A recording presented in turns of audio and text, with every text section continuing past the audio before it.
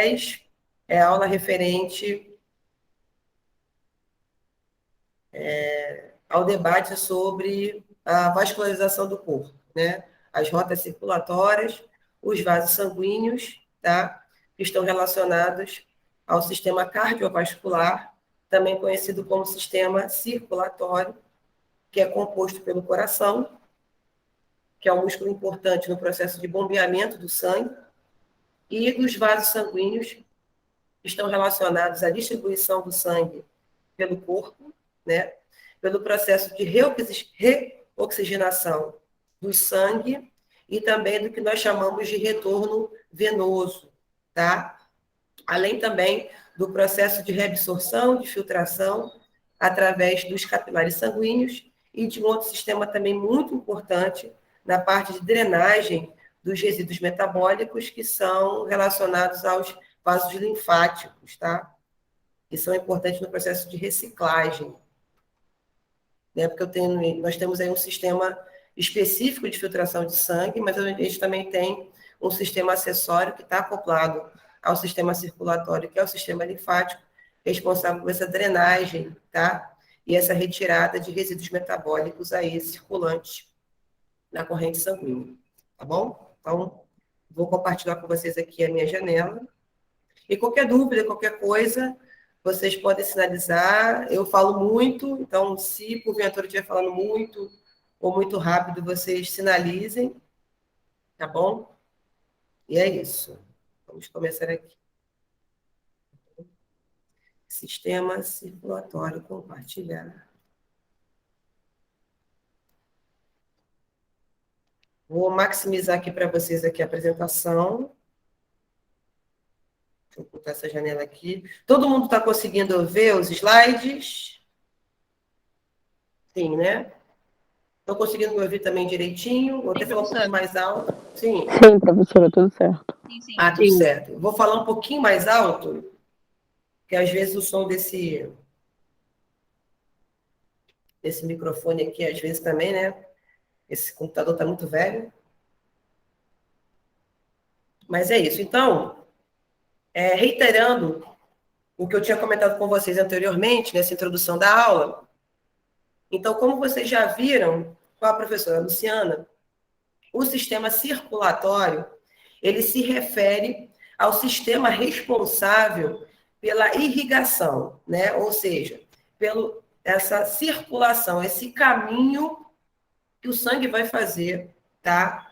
Ou quando ele é encaminhado para os pulmões, que são também órgãos relacionados ao processo de hematose, ou seja, as trocas gasosas, que é um transporte, né, uma difusão simples, que vocês já devem ter visto isso na parte de citologia, né? É um tipo de transporte de membrana, onde a gente não tem nenhum tipo de aporte energético, né? E normalmente, tá, as difusões estão relacionadas em relação à pressão no vaso, né, referente à parte da concentração de gases naquele local. Então, normalmente, quando eu tenho um processo de inspiração, né, que vocês devem ter visto isso na parte de sistema respiratório, que também é um sistema que está muito ligado ao sistema circulatório, tá? Então, nesse processo de inspiração, que eu tenho entrada de oxigênio pelas minhas vias aéreas,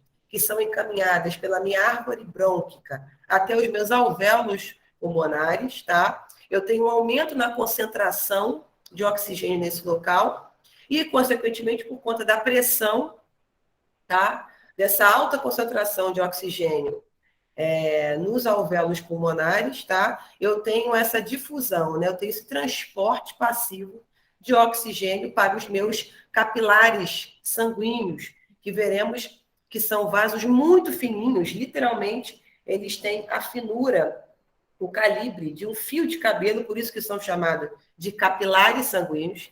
Eles se anastomosam, ou seja, eles criam redes, e são eles que fazem esse processo direto com as nossas células e com os nossos tecidos, né? O extravasamento desses nutrientes e desse oxigênio que precisam ser encaminhados para as minhas células, para os meus tecidos, para que ocorra o processo transformador de energia, que é a respiração celular. Então, vocês percebam como a matéria de vocês, né, ao longo desse processo do curso, é totalmente integrativo. Então, a gente aprende o micro para entender o macro, né? A gente aprende o que acontece dentro da célula ou ao redor da célula, para que a gente consiga entender como é que esses processos também estão interligados aos tecidos, que são esse conjunto de células, e aos órgãos, que são formados por esses tecidos, né? Então, vocês percebam que o conhecimento ele é progressivo, né?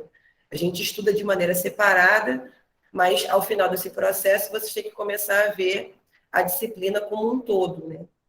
Então, nesse caso específico, né, do sistema circulatório, ele vai ser responsável por esse encaminhamento, tá, desses nutrientes, desse oxigênio, tá? Entre outros também substâncias que estão acopladas, que estão dissolvidas no plasma sanguíneo, que vocês também já devem ter visto isso na parte de tecido hematopoético, né, produção de sangue, os locais onde o sangue é produzido, tá? Que também é uma substância, né, faz parte também de um sistema muito importante, que é o sistema sanguíneo, que ele é onde vai estar difundido, vai estar dissolvido todos os nutrientes, além de também questões relacionadas a hormônios, no processo de secreção, com relação às células circulatórias responsáveis pelo transporte de oxigênio e gás carbônico, né, a carboxiemoglobina e a oxihemoglobina, além de também elementos figurados do sangue referentes à parte imunitária,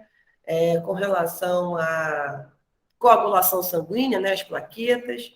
Então, vocês percebam como é que o nosso corpo é uma máquina muito inteligente e que, mesmo a gente estudando esses sistemas de maneira separada, temos que pensar no processo de aprendizado desses sistemas como sistemas integrativos e que de forma conjunta, né, se adequam para o benefício da nossa homeostasia, tá? De maneira evolutiva, né, puxando um pouco para a questão biológica, os vertebrados, de forma geral, eles vão possuir um tipo de sistema circulatório fechado, né, ou seja, é um sistema onde você tem a passagem de sangue por dentro desses tubos, desse sistema circulatório, né, porque existem outros animais onde existe extravasamento, tá, desses líquidos diretamente nos tecidos, então eles não têm corrente sanguínea como a gente tem, tá? E o nosso sistema também é um sistema completo, ou seja, né, eu tenho separação total do sangue venoso ou o sangue rico em gás carbônico, né? Existem algumas literaturas que não chamam de sangue venoso, e sim sangue rico em gás carbônico, e do sangue arterial, né? Que seria o sangue rico em oxigênio. Às vezes, algumas literaturas não colocam essa nomenclatura para não confundir, porque nem sempre, né, toda artéria vai carregar sangue arterial e nem toda veia vai carregar somente sangue venoso, né? Vocês devem ter visto isso na parte de circulação sistêmica e circulação pulmonar, tá? E a gente também percebe que vai ocorrer uma diferença, tá? Na pressão referente aos vasos sanguíneos. Então, eu tenho vasos que são chamados de leito de pressão, tá? Ou seja, eles têm uma musculatura e um calibre, tá? Um pouco menor, porém, eles têm uma alta resistência, né? Eles têm uma camada muscular mais forte, mais potente, porque são esses vasos, no caso das artérias, por exemplo, que vão aguentar a pressão referente ao bombeamento de sangue que vem dos ventrículos, tá? E aí, ao passar do momento que sai das artérias e começa a passar para as arteríolas, vênulas e veias, a gente percebe que a pressão vai diminuindo ao longo desse processo, tá? Até para evitar problemas relacionados à questão circulatória, do suprimento de oxigênio e de nutrientes para os órgãos, tá? E também para evitar o rompimento, né, de algum vaso nesse processo aí de circulação. E aí nós temos as veias, tá? Que são esses vasos que vão fazer o retorno venoso, tá? Então, veremos aí as diferenças entre artérias e veias, que são muito importantes, e também com relação à questão dos capilares sanguíneos, tá? Então, essa parte do sangue, vocês já viram, né, que o sangue ele é um elemento muito importante nesse processo de circulação, porque dentro dos vasos sanguíneos ele vai ser carreado, ele vai ser carregado, e aí eu tenho uma rede, tá? Como se fosse uma árvore, né? Com muitos ramos, com muitas raízes, que vão literalmente irrigar o seu corpo todo, desde a sua questão encefálica até os membros inferiores e superiores, perpassando, tá? Os órgãos internos, as vísceras. Então, o nosso corpo é extremamente irrigado. É claro que vai haver locais do nosso corpo onde a irrigação vai ser maior, porque eu preciso de um aporte maior de oxigênio nesse processo de respiração celular. Então, locais onde eu tenho muita contração muscular, por exemplo, musculatura esquelética, o próprio coração também, ele tem a sua rede de irrigação, né, que são as coronárias. Então, aonde eu tenho corpo, locais onde eu preciso de um aporte maior de oxigênio para a contração muscular, para a ativação desse órgão, né, da parte muscular desse órgão, eu vou ter um processo irrigatório maior, e alguns locais onde a irrigação é um pouco menor, se eu pensar nas cartilagens, por exemplo, né, a orelha, enfim, o nariz. O rosto é um local, né? Vocês vão ver isso na parte muscular esquelética, né? O rosto ele é extremamente irrigado, né? Muitos capilares sanguíneos, o globo ocular, já falei da musculatura esquelética, o baço também é um local também extremamente irrigado. Então, vocês percebam que, de acordo com o aporte que se for necessário para esse processo aí de produção de energia e de oxigenação, eu tenho uma maior irrigação nesse local, tá? Então, vocês devem ter visto isso com relação ao sangue, por exemplo, que é formado pelo plasma e pelos elementos figurados do sangue, né? Ou seja, os eritrócitos, que são as células vermelhas, os glóbulos brancos, que são os leucócitos, e eu também tenho aí as plaquetas, que são responsáveis pelo processo de coagulação sanguínea e que também se relacionam ao processo de cicatrização dos locais de corte, né? Enfim. E a gente sabe também que essa produção de sangue ela vai ser feita pela medula óssea, né? Que está contida lá no canal medular dos ossos longos, que vocês também vão ver isso na parte de sistema esquelético, tá? No parte de sistema locomotor. Aqui também a parte da composição, né? Você deve ter visto isso.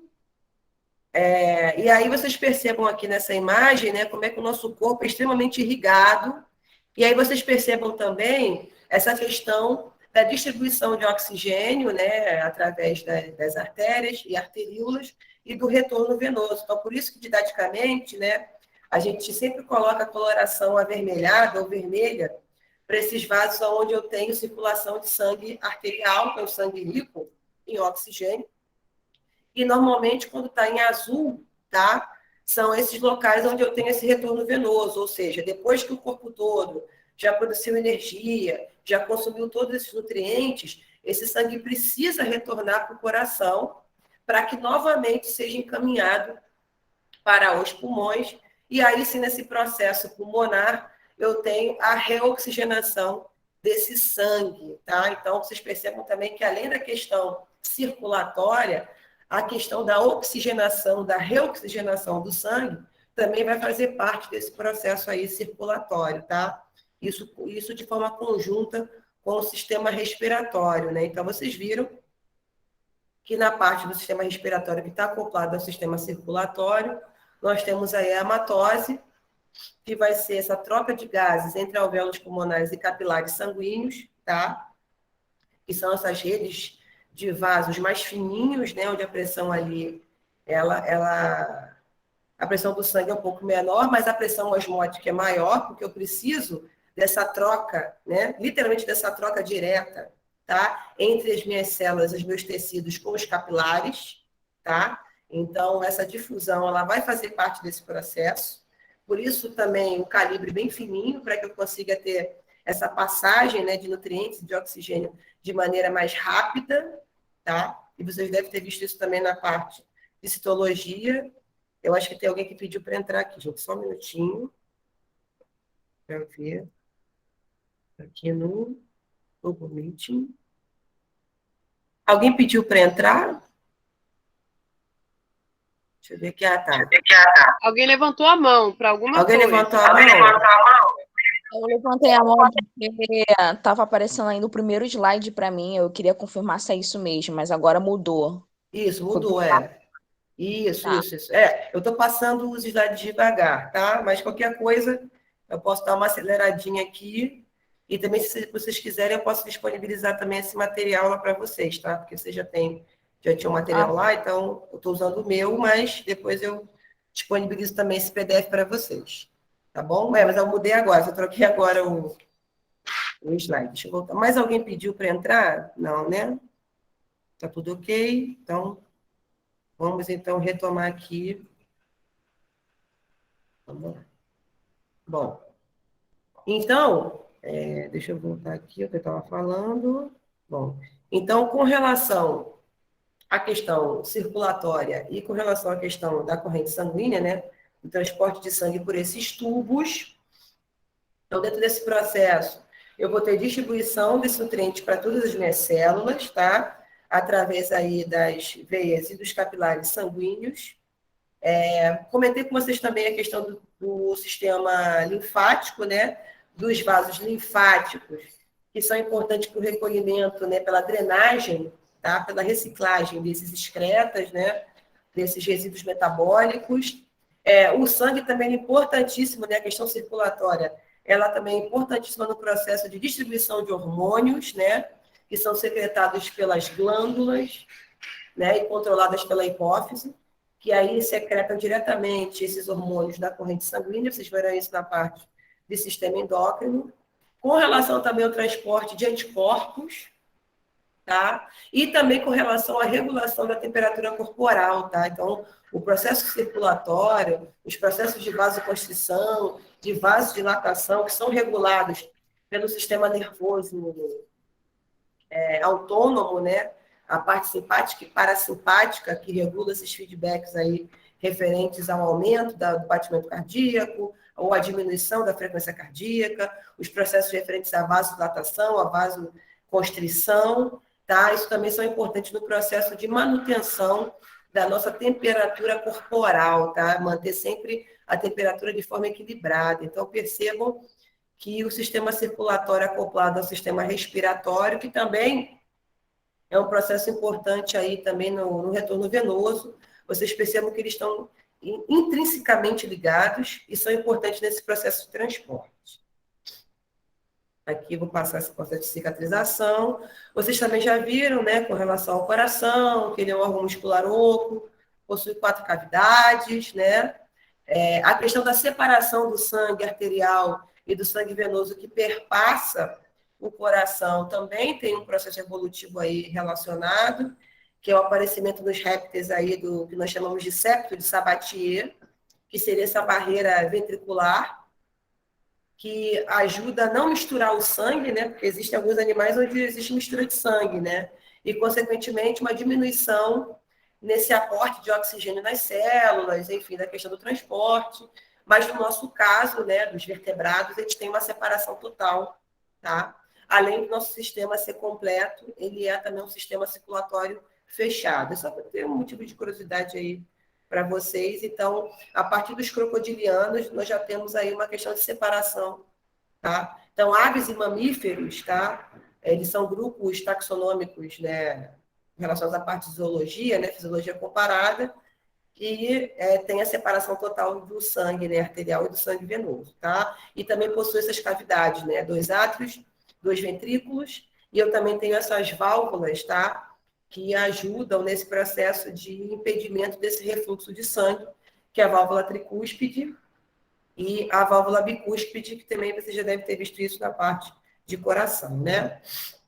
Então, fazendo um panorama aí com relação aos ramos das rotas circulatórias, né? Nós temos aí, você já deve ter visto isso também, né? As veias cavas superior e inferior, que são aquelas que carregam esse sangue venoso, esse sangue pobre, em oxigênio para o átrio direito e, consequentemente, quando eu tenho o esvaziamento do átrio na sístole para a diástole do ventrículo direito e, consequentemente, a sístole do ventrículo direito, que vai se encaminhar pelas artérias pulmonares esse sangue para os pulmões, para que ocorra o processo de hematose, né? Então, vocês percebam, tem aquele macetezinho, né?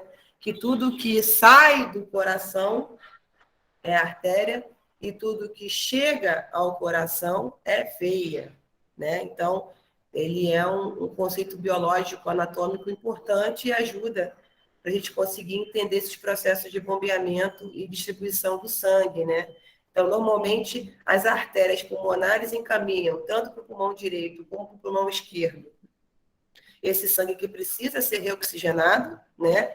Então, elas têm um leito de pressão maior, porque elas aguentam maior a pressão que vem da sístole dos ventrículos, né?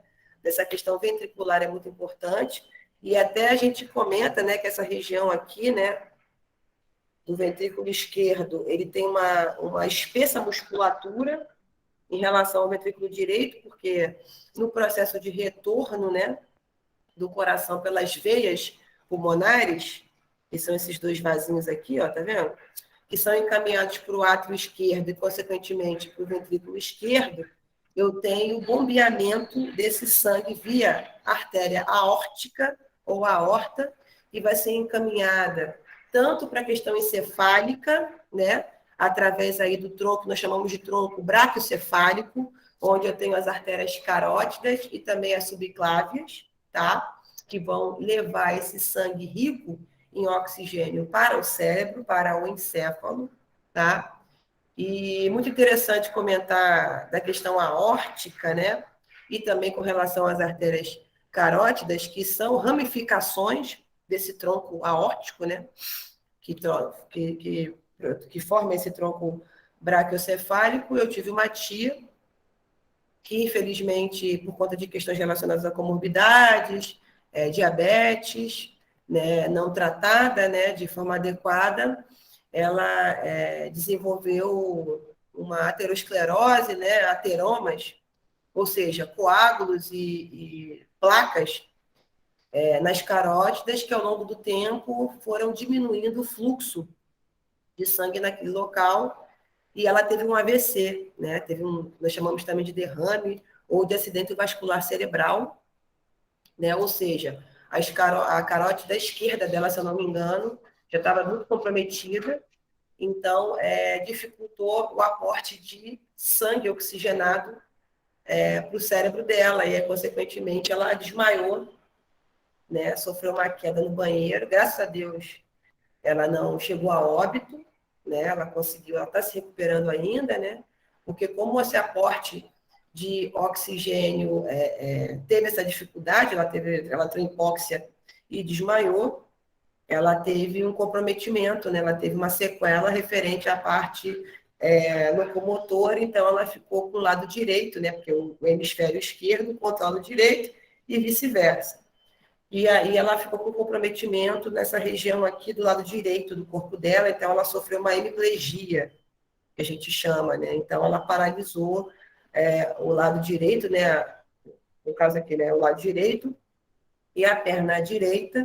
Então ela teve que fazer fisioterapia, enfim, a gente teve que levar no neurologista, fizemos vários, exames de imaginologia, constatamos a questão tanto do ventricular dela, como a questão das carótidas, mas graças a Deus conseguimos reverter a tempo. Ela teve 3 AVCs ao longo desse processo, mas e o último foi um pouco mais grave, mas ela teve microlesões cerebrais, então não houve comprometimento da fala, por exemplo, nem da parte da deglutição. Ela já retornou, né, o processo aqui do lado direito da mão, ela já conseguindo já se movimentar, porque ela usou medicação, acho que ela usou atorvastatina, não sei se vocês já ouviram falar desse remédio, que é um remédio que normalmente... Isso, a atorvastatina tem um outro nome também comercial, mas ela usou especificamente esse, que auxilia no processo de diminuição, né, dessas placas, desses ateromas, e aí o processo circulatório voltou ao normal, e aí ela aos poucos está retomando aí a mobilidade da perna, né, do joelho, por conta desse comprometimento aí sanguíneo. Então, vocês percebam como é que essa questão circulatória ela é muito importante E qualquer tipo de patologia relacionada à questão circulatória fatalmente vai afetar algum órgão, tá? Ou o funcionamento de algum sistema, até chegar a casos graves de paralisias, né? Ou até mesmo chegar a óbito, dependendo da gravidade da lesão, do rompimento, enfim, de vasos importantes que são responsáveis por essa distribuição de sangue, tá? Então, dei um exemplo aqui. Tem também os aneurismas também relacionados com relação a quando a parte muscular vai perdendo essa tonicidade que a gente chama, né? Essa elasticidade, ela vai ficando mais propensa a aceitar mais, né? Ficar mais complacente, que a gente chama, né? Porque, por exemplo, existem alguns vasos, no caso das veias, por exemplo, das vênulas, que são vasos de leito de complacência, né? Elas aceitam mais essa questão do depósito de sangue, né? Elas não têm, elas não aguentam essa pressão toda. Então, fatalmente, se você possui algum problema circulatório ou de varizes, por exemplo, você vê que às vezes elas se rompem de uma forma um pouco mais fácil, entre aspas, do que, no caso, uma artéria, né? E, consequentemente, o rompimento de um vaso, ele vai ter um malefício menor do que se uma artéria, por exemplo, sofrer um rompimento, né? Causando uma hemorragia. E isso pode Não chegar... teria como prever, né, professora? Não tem como... Isso que é o ruim. Às vezes a pessoa tem até uma alimentação boa, praticante de exercícios, mas se tiver de ser, é como uma folha que cai de uma árvore que a gente não prevê quando, né? Assim, mais ou menos isso. Não sei. Sim, existem questões relacionadas à parte genética, né? Então, às vezes, você não sabe se tem propensão genética a desenvolver aquela determinada doença, né? E existem alguns outros fatores que estão relacionados à questão da rotina de vida, sedentarismo, da má alimentação. Mas no caso, por exemplo, do diabetes, né, que é o caso da minha tia, ela tinha conhecimento sobre essa questão genética, que é uma questão irreversível, infelizmente, é uma doença crônica que a gente chama, né, mas que ela é tratável. E que se você não trata... É claro que assim, gente, a gente também não pode demonizar a situação, porque de fato também tem a questão do envelhecimento natural, da senescência. O nosso corpo vai entrando em falência mesmo nesses processos, tirando doenças relacionadas principalmente à parte oncológica, né? Que foi o caso da minha mãe, por exemplo. Ela teve um câncer de mama e por conta da questão da quimioterapia e da radioterapia, ela sofreu problemas relacionados a neuropatias, por exemplo, né? Então, ela tinha dificuldade, por exemplo, na questão da acessibilidade das mãos, por exemplo, por conta da questão neural, que foi afetada por conta da quimioterapia. Então, também existem situações patológicas relacionadas a essas doenças ou a tratamentos específicos dessas doenças que podem comprometer, enfim, a questão circulatória, a questão por exemplo, da ventilação pulmonar, né? O próprio caso mesmo do Covid, que em casos graves, né, afeta a questão respiratória. Eu infelizmente, tive colegas, amigos que morreram de insuficiências relacionadas à questão renal, à questão respiratória, né, à questão circulatória, miocardites, né, endocardites. Então, vocês percebam que também a questão da dentição, não sei se vocês sabem, mas existem alguns processos periodônticos, né, de cáries não tratadas, enfim, coisas relacionadas a canais que podem causar, por exemplo, comprometimento na questão cardíaca, né? Miocardites, endocardites. Então, eu sempre falo para os meus alunos que, acima de tudo, conhecer o corpo é uma forma que a gente tem de se proteger, né? De evitar algum tipo de acidente ou evitar o comprometimento de algum órgão específico, né? Então, eu acho que conhecer o nosso corpo, como ele funciona, são dados importantíssimos para que a gente consiga manter a nossa saúde sempre em dia, né? Então, eu gosto muito dessa área, gosto muito dessa parte fisiológica anatômica. Muita gente não gosta dessa parte porque, de fato, é muita coisa, muita informação. Mas acho que a partir do momento que você consegue entender a máquina humana e como é que ela funciona, com certeza você vai ter uma qualidade de vida muito melhor, né? Você vai conseguir garantir a sua sobrevivência de maneira equilibrada durante mais tempo, né? E aí, então, com relação à parte estrutural, né? Ou seja, quais são as camadas, né? Ou as túnicas, que a gente chama, que compõem e que estruturam, tá? Toda a nossa rede circulatória, nossas rotas, né, circulatórias. Então, normalmente os vasos sanguíneos, eles são formados por essas 3 camadas, também conhecidas como túnicas, tá? E aí, normalmente, elas são chamadas de túnica interna, né, média e adventícia, que seria uma camada mais externa, tá? Então, vocês podem achar, por exemplo, a túnica adventícia, em algumas literaturas, também pode aparecer como túnica externa, tá? E aí, normalmente, você vai desfolhando, né? Então, os vasos sanguíneos, a gente estuda de dentro para fora, né? Analisando de maneira crítica, né, as camadas e a importância dessas camadas que são formadas por essa associação de tecidos, né? Que vocês, eu acho que possivelmente você deve ter visto isso na parte. A gente não vê muito histologia, né, no curso, mas as células, elas compõem os tecidos e, dependendo do tipo do tecido, ele vai ter uma função específica, né? Então, desde tecidos epiteliais, que são tecidos pavimentosos, né, estratificados, que são tecidos importantes para o processo de revestimento, né, do nosso corpo, né? A pele, que é o maior órgão do corpo humano, né, é importante nesse processo aí de proteção, de revestimento, tanto da questão externa como da questão interna do corpo. Os tecidos conjuntivos, né, que estão relacionados aos processos fisiológicos. Então, eu tenho lá tecido conjuntivo ósseo, sanguíneo, muscular, nervoso, glandular, né, que são tecidos aí também importantes nesse processo de funcionamento do corpo, além também das fibras elásticas e do colágeno, tá, que são estruturas que vão dar essas características de contratilidade dos vasos, né, e da elasticidade, porque a gente tem que pensar que o vaso, como um tubo, né, ele precisa ser elástico, dependendo da sua funcionalidade, ou seja, ele precisa ter essa questão elástica para aguentar os leitos de pressão, tá? E também eles precisam também ter essa característica de contratilidade, né? Dos processos de contração dos vasos, né? Ou da vasoconstrição ou da vasodilatação, tá?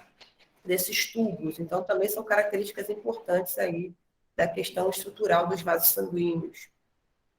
Então, separando em camadas, nós temos aí essa túnica íntima, tá? Que é essa túnica interna, que ela seria a camada mais interna, tá? Dos vasos sanguíneos, que vai ser formada pelo que nós chamamos dessas células endoteliais. Endo, dentro, télio, porque está relacionado com o tecido epitelial, tá? De revestimento. E esse tecido de revestimento, ele também está acoplado a uma outra camada, que é a camada do tecido conjuntivo, tá? Porque além também das questões fisiológicas, o tecido conjuntivo é importante para a sustentação, para sustentar essas camadas aí que vão formar a pele, que vão formar os vasos, que vão formar os órgãos internos, tá? Então, o tecido conjuntivo também é um tecido muito importante nesse processo de preenchimento, tá? E de sustentação do nosso corpo, tá? Dos nossos órgãos, tá? E aí, nesse caso, essa túnica, ela vai ter algumas células também de tecido muscular liso, né? Ou não estriado, que vocês vão ver isso na parte de sistema muscular, que são os tecidos responsáveis pelo processo de contração das nossas vísceras, né? Que é um tipo de contração involuntária, e é uma musculatura lisa, que a gente chama, ou também de musculatura, tecido muscular visceral, tá? E eu também tenho uma lâmina interna elástica, que vai separar essa túnica íntima ou interna dessa túnica média. E, normalmente, tá? Essa lâmina elástica, ela vai estar relacionada com as artérias, tá? Normalmente, a gente não encontra essa lâmina elástica nas veias, tá? A gente percebe outras estruturas relacionadas à questão do controle de fluxo sanguíneo, né? Ou de retorno venoso, que no caso das veias e das vênulas, está relacionada à questão das válvulas, tá? Então, eu tenho válvulas nas minhas veias, nas minhas vênulas, e eu não tenho essas válvulas nas minhas artérias, mas eu tenho essa lâmina elástica interna nas minhas artérias, que a gente não encontra isso, tá? nas veias nem nas vênulas. Com relação à túnica média, que é essa camada intermediária, né, que fica no interior dos vasos, ela também normalmente ela é constituída por tecido muscular liso, tá? O calibre, né, a grossura, no caso das artérias, vai ser maior dessa musculatura com relação às veias, tá? Então, ela vai ter uma quantidade maior, né, de tecido muscular nas artérias, que é outra diferença também importante com relação às veias. E além também de outros componentes importantes para a questão da contratividade, que são as fibras elásticas, né, da elastina, e também algumas fibras reticulares. E na camada mais externa, tá, que seria o que nós chamamos de túnica adventícia, ela vai ser formada principalmente por colágeno e por essas fibras elásticas que vão dar essa questão da elasticidade, né, dos vasos sanguíneos. No caso, mais elasticidade nas artérias do que nas veias, tá? E aí, com relação aos tipos de vasos sanguíneos, nós temos aí 5, né?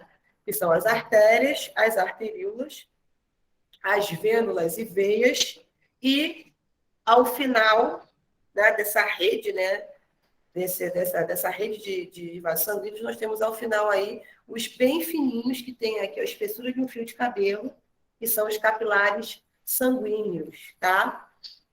E aí eu coloquei que interessante aqui um dado, que o comprimento, né? Você sabia que o comprimento total dos vasos sanguíneos de uma pessoa adulta é aproximadamente 2 vezes a circunferência da Terra na linha do Equador. Então, se você der uma volta 2 vezes a volta na Terra, se baseando pela linha do Equador, né, você percebe que é uma quantidade grande aí de vasos, né, sanguíneos. Eu me lembro que tem muitos anos isso, né? Aqui no Rio de Janeiro veio aquela exposição do corpo humano, que era daqueles cadáveres, acho que eram chineses, e aí tinha uma peça da exposição que era só a rede de vasos sanguíneos do corpo, e que era uma coisa assim extraordinária, a quantidade de vasos, de veias, de capilares, de artérias, né? Até que tem mais veias do que artérias, né? E aí você vê que é tudo vermelho, né? O corpo todo, só aquela parte interna vermelha, a quantidade de vasos. Então, ele é uma rede muito rica, né? E comprimento é aproximadamente 2 vezes a circunferência da Terra na linha do Equador. Então, é bastante coisa aí. E bastante irrigação, porque a irrigação é muito importante para os processos de homeostasia, tá? E aí, então, nós temos aí os principais tipos de vasos, né? Artérias, veias e capilares. As artérias, elas são esses vasos importantes para o processo de transporte do sangue para os tecidos, né? Que estão relacionados à parte da circulação sistêmica, tá? Ou seja, desse sangue que já foi reoxigenado pelos pulmões e que foi reencaminhado para o coração para que seja liberado através da artéria aórtica, né? E também do tronco braquiocefálico, tanto para a parte superior do corpo, para a parte inferior do corpo, tá? Então, é o sangue das artérias que tem essa importância de comunicação, de transporte, né? De distribuição do sangue.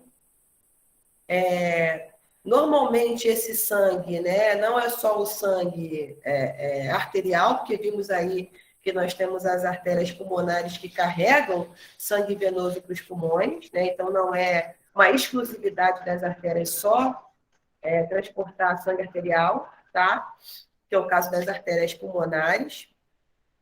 E outra coisa muito importante, fazendo uma comparação anatômica em relação às veias e às vênulas, né?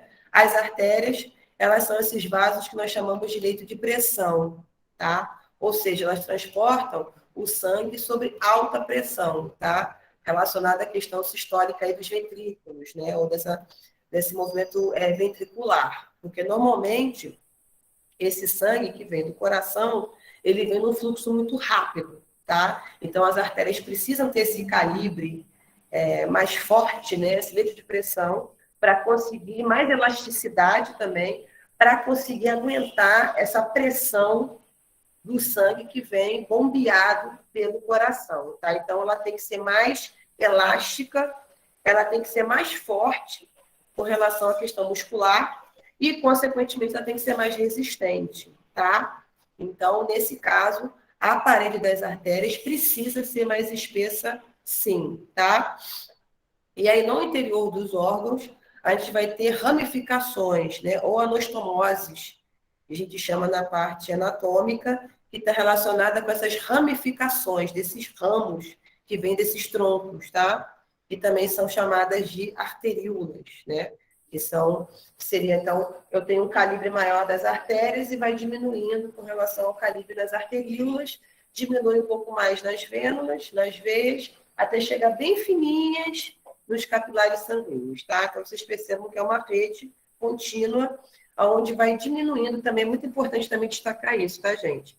Vai ocorrer uma diminuição também na pressão, tá? Até chegar a quase zero no retorno venoso desse sangue pelas veias para o coração, né? Porque imagina se chegar com muita pressão no coração, na hora do preenchimento, né? Do enchimento na diástole dos átrios, poderia haver algum tipo de problema no processo aí de enchimento do átrio. Então, por isso que eu tenho uma pressão muito grande no início e que vai diminuindo, né? Quando vocês forem começar a ver a parte de semiologia, né? Quando vocês forem aprender que nós chamamos de aferição da pressão arterial, né?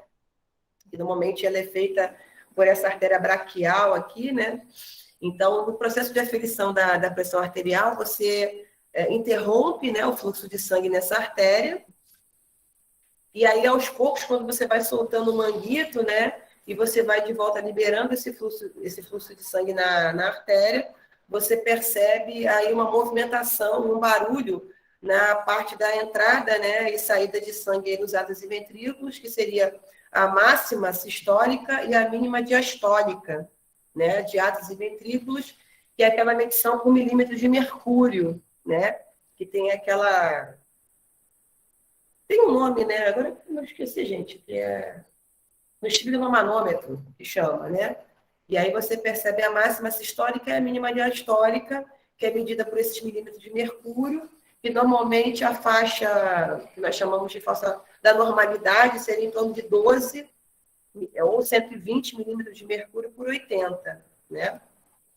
E com algumas variações, né? Entre 11 por 7, 10 por 6, dependendo da questão, se a pessoa tem uma hipertensão arterial ou uma hipotensão arterial, vocês vão ver isso, e aí a gente mede, né, através da auscultação, né, porque você coloca lá o estetoscópio para você perceber a entrada e saída, né, de sangue, entrada não, né, de fluxo de sangue na artéria, através da vasoconstrição e depois o retorno do fluxo.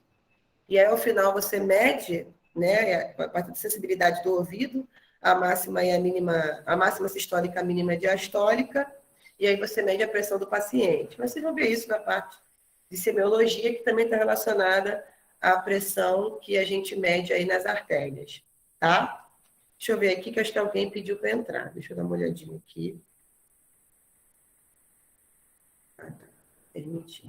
Bom, até aí eu acho que foi tranquilo, né, gente? Com relação aí à questão da estrutura dos vasos, a importância das artérias e veias nesse processo de transporte de sangue, a questão dos leitos de pressão, dos leitos de complacência.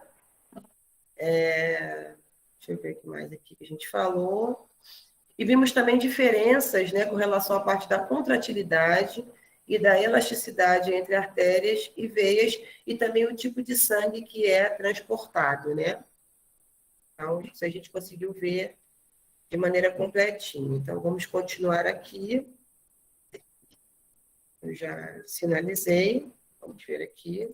Então, retomando, nessa imagem aqui, nós temos aí uma visão mais abrangente, né? Um esquema, um desenho esquemático, tá? Desse desfolhamento, né, da estrutura de artérias, veias e capilares sanguíneos, tá? Então, a gente percebe aí a túnica íntima, tá? Que também ela vai formar o que nós chamamos de lúmen, tá? Do vaso, do tubo, que nada mais é que esse espaço, né, vazio, né? Esse buraco. E aí vocês percebam que o buraco da artéria, né, é um pouco menor, né, o lúmen da artéria é um pouco menor do que da veia. Vocês percebam que, está vendo? O lúmen da veia, ela é maior do que da artéria. Outra coisa também muito importante, que também diferencia, gente, fiquem atentos a isso, porque são questões que vão ser cobradas de vocês nas possíveis avaliações, e também, enfim, quando vocês entrarem na questão aí da parte prática, né?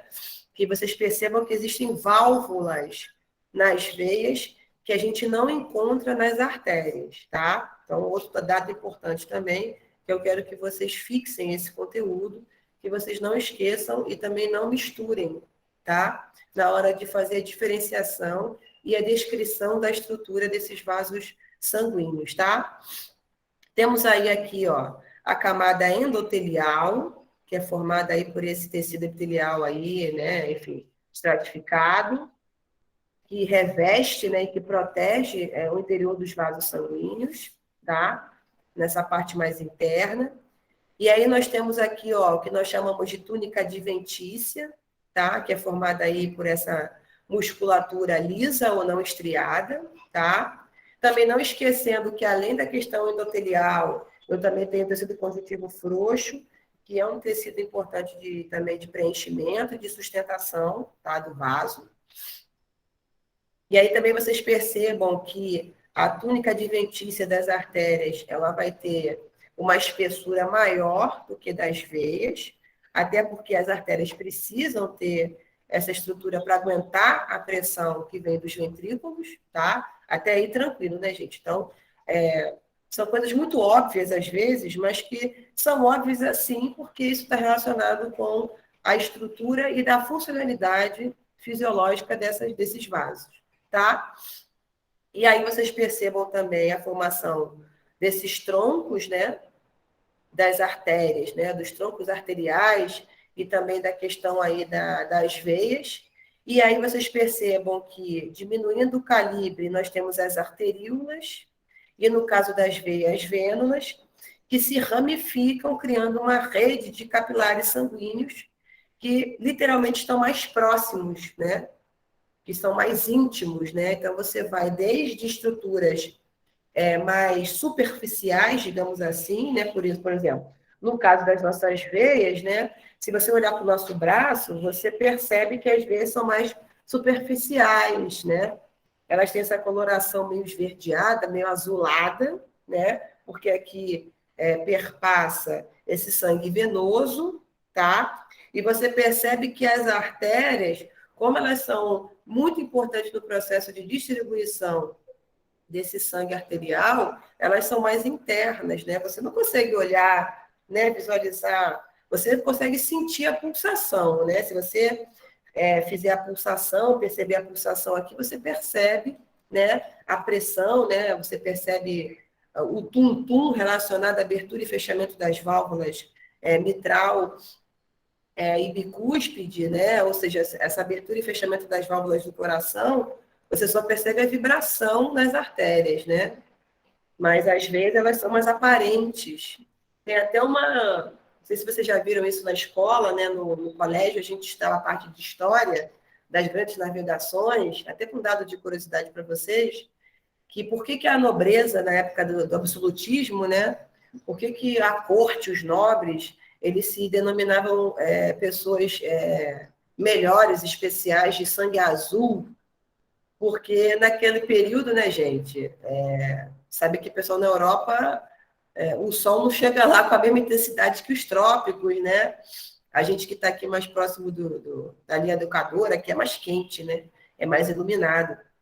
Na Europa, os períodos de frio são maiores do que de calor. Então, e como eles andavam com aquelas roupas muito pesadas, né, da monarquia, então eles pegavam um pouco de sol, então eles eram mais brancos, mais pálidos, né?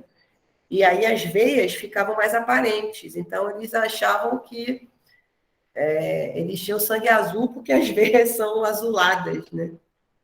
E aí, por muito tempo, se perpetuou que a monarquia ela era mais especial, era nobre por conta disso. Mas depois, com o advento da tecnologia, os primeiros naturalistas e biólogos, né, e médicos, no período da Idade Média, que descobriram, acho que foi o Harvey, que descobriu os sistemas de circulatório, né? Foi ele que descobriu a questão do sangue venoso, sangue arterial, retorno venoso, e mostrou que o sangue de todo mundo tem a mesma coloração, né? E aí equiparou as pessoas, mas ainda tem essa lenda, né, do sangue azul por conta da questão da aparência das veias, né, com relação a outras estruturas circulatórias. Então, só um dado aí de curiosidade para vocês, tá? Os capilares, né, ao longo desse processo aí de ramificação, de estruturação dessas redes circulatórias, elas vão ter uma camada e um diâmetro menor em relação a artérias e veias, tá?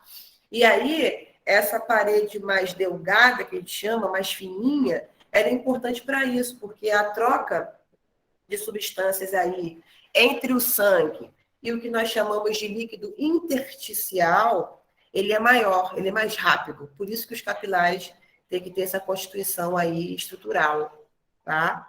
Vocês devem ter visto isso também na parte de citologia, que eu tenho um líquido que banha, né, as minhas células, que banham o redor, a parte externa das minhas células, chamado de líquido intersticial, tá? E o líquido que banha os nossos tecidos é chamado de líquido tissular, tá? Então, para quem não lembra, eu estou aqui revisando esse processo. Então, para que eu tenha essa difusão, essa troca mais rápida, né, dos nutrientes, das substâncias que estão contidas no sangue, para que isso caia diretamente nas minhas células, tá? Isso tudo vai ser regido, vai ser transportado e difundido pelo que nós chamamos de capilares sanguíneos, tá? Até aí tranquilo, né? E com relação às nossas veias, tá? Elas são aquelas que vão garantir o que nós chamamos de retorno venoso, tá? Então, se fizermos de novo um comparativo com as nossas artérias, então as artérias são esses vasos sanguíneos que vão distribuir, que vão levar esse sangue para o nosso corpo todo, tá? Naquele processo de circulação sistêmica ou de grande circulação, tá? E as veias, em contrapartida, serão esses vasos que são importantes para o processo de retorno venoso, ou seja, depois que os nossos órgãos, que os nossos tecidos já absorveram, tá, essas substâncias, que já houve essa difusão desse oxigênio para o processo de respiração celular. Então, esse sangue precisa ser reoxigenado, ele precisa retornar para o coração para que novamente seja encaminhado para os pulmões. Então, vocês percebam que a circulação pulmonar e a circulação sistêmica também são circulações importantes, né? Contracorrente, que a gente chama, que são importantes por esse processo contínuo de oxigenação e de reoxigenação do sangue, tá? É o que nós chamamos também de sentido contracorrente, né? Enquanto uma parte do seu coração vai transportar, né, sangue arterial, eu tenho uma região, uma parte do coração que vai retornar com esse sangue venoso para os pulmões para que ocorra o processo novamente de hematólise, tá? E aí, normalmente, essas veias, elas são convergentes, né? Elas convergem até, ou seja, uma rede de capilares que vai chegar no denominador comum, né? Porque a divergência é quando ela começa a se ramificar. Então, eu tenho a divergência e a convergência, tá? Dos vasos sanguíneos. E aí, ou seja, esses capilares vão converger para as vênulas, que aí, consequentemente, vão convergir para as veias, tá? E aí também tem essa questão, que nem todas as veias, elas simplesmente só carregam sangue venoso. Vocês já viram também no processo circulatório referente ao bombeamento de sangue, que eu tenho as veias pulmonares, que são uma exceção a essa regra, tá? Que vão transportar esse sangue rico em oxigênio, que veio lá da hematose, lá dos meus alvéolos pulmonares e capilares sanguíneos, tá? Eles retornam ricos em oxigênio para serem aí distribuídos pelo corpo todo, pelas artérias, tá? No caso das veias, também outro dado muito importante, tá, gente? Que eu estou aqui de novo falando novamente, e é importante também vocês não esquecerem disso, tá? Que eu tenho a pressão, que a gente chama, né, relacionada aos vasos, com relação às artérias, ela sempre vai ser maior nas artérias com relação às veias, tá? Por isso que a musculatura lisa das artérias tem que ser mais espessa, tá? E o lúmen também, o espaço também, ele é um pouco menor com relação às veias, tá? E aí, para que eu não tenha refluxo de sangue, né, eu preciso dessas válvulas que você não vai encontrar nas artérias, mas sim nas veias, tá? Que elas vão impedir esse refluxo de sangue, que é o papel fundamental dessas válvulas, tá? A contração muscular também, né, no caso, por exemplo, aqui da panturrilha, né, dessa musculatura aqui, acho que é o gastrocnêmio, se eu não me engano, que forma essa região aqui da panturrilha, né, quando você faz uma atividade física, por exemplo, ou quando você faz qualquer tipo de atividade onde eu tenho contração dessa musculatura, né, essa contração, ela também ajuda nesse retorno venoso, né, quando você utiliza a musculatura que aperta, né, que faz esse aperto nessas veias e faz esse sangue retornar, tá? Então, por isso que a questão da musculatura esquelética é muito importante, tá? Ela seria como se fosse a contração esquelética, a gente chama como se fosse um segundo coração.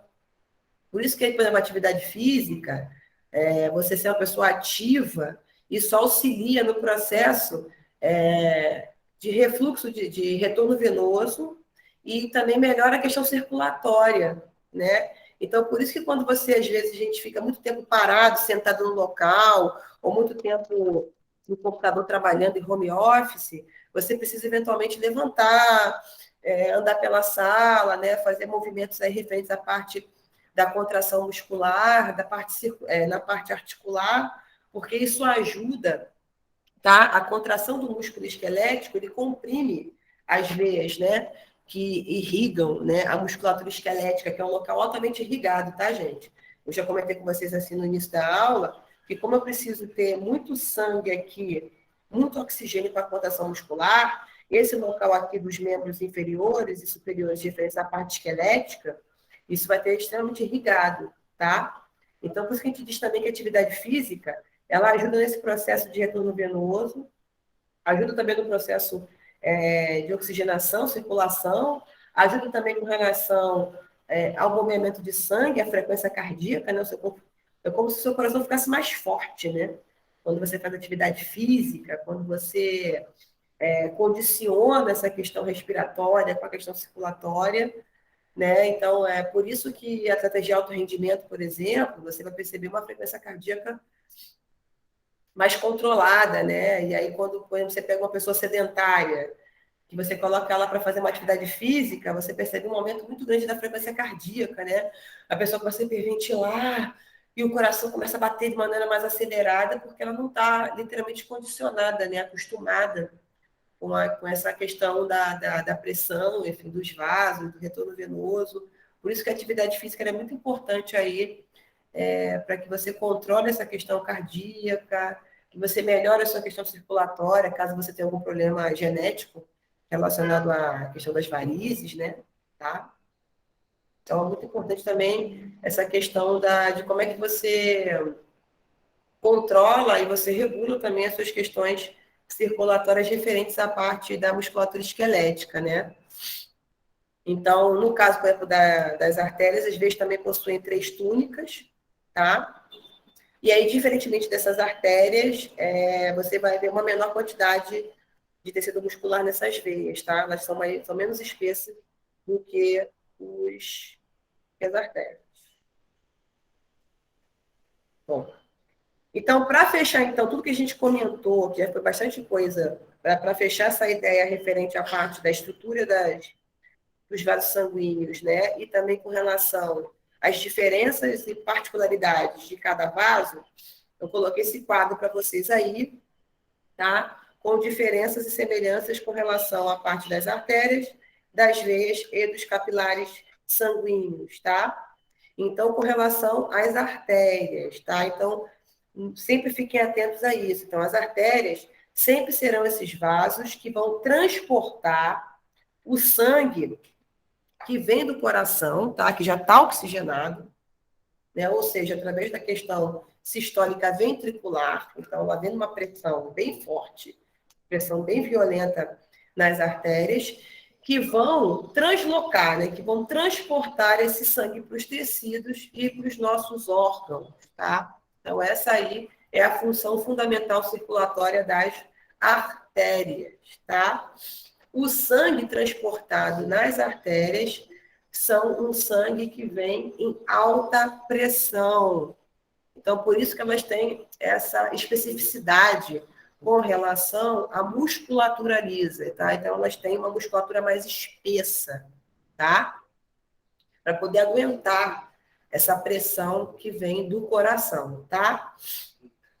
E as artérias vão possuir 3 camadas, tá? Ou 3 túnicas, que são a túnica íntima, né? Que é a parte mais interna, a túnica média e a túnica adventícia, ou também chamada de túnica externa, tá? Que será formada por colágeno, tá? E elastina, que são as fibras elásticas, tá? Então, até aí, tranquilo. Então, não se esqueçam disso. Que as artérias, elas são essas que vão transportar o sangue do coração para os seus tecidos e para todos os órgãos do nosso corpo. Elas são vasos importantes que vão aguentar esse sangue transportado em alta pressão e elas vão possuir 3 camadas ou 3 túnicas. A íntima, a média e a túnica adventícia, ou também conhecida como túnica externa. Com relação às veias, são esses vasos que vão fazer o retorno do sangue para o coração. Ou seja, elas transportam o sangue dos tecidos e dos órgãos para o coração novamente, para que ele encaminhe esse sangue para os pulmões, para que ocorra o processo de hematose, tá? No caso específico, então, das veias, esse sangue ele vem numa pressão mais baixa, tá? Se nós fizermos um comparativo com as artérias. Outra coisa muito importante, tá, gente? Que vai ser cobrado com consciência de vocês. Com relação às válvulas ou válvulas, tá? Então, eu não tenho valvas ou válvulas nas minhas artérias, tá? Eu vou ter válvulas ou valvas somente nas veias, porque são elas que vão impedir o que nós chamamos de refluxo sanguíneo, tá? Ou refluxo de sangue. E elas também vão possuir 3 camadas: a túnica íntima, a túnica média e a túnica adventícia, tá? E uma diferença também importante com relação a essa parte da túnica média é que a espessura, tá, dessa região formada pela musculatura lisa, ela vai ser menos espessa se eu fizer um comparativo com as minhas artérias, tá? Então, também não se esqueçam disso. É um dado também importante que também vai ser cobrado de vocês, tá? E com relação aos capilares sanguíneos, tá? Que tem essa espessura de um fio de cabelo, tá? Então, os vasos sanguíneos, né, os capilares, eles têm um calibre bem pequenininho, bem fininho, porque eu preciso que essa região mais delgada faça a troca rápida por um processo chamado de difusão, que aí eu tanto tenho a difusão simples como a difusão facilitada, que vocês também já viram isso na parte de transporte de membrana em citologia, tá? Então, para que ocorra esse processo de difusão, essa troca rápida de substâncias entre os capilares sanguíneos e o líquido intersticial ou o líquido tissular, tá? Eu preciso que os capilares tenham uma parede fina, tá? E aí, nesse caso, ele vai ter menos camadas, tá? Que as veias e as artérias. Então, ele só vai ter túnica média tá?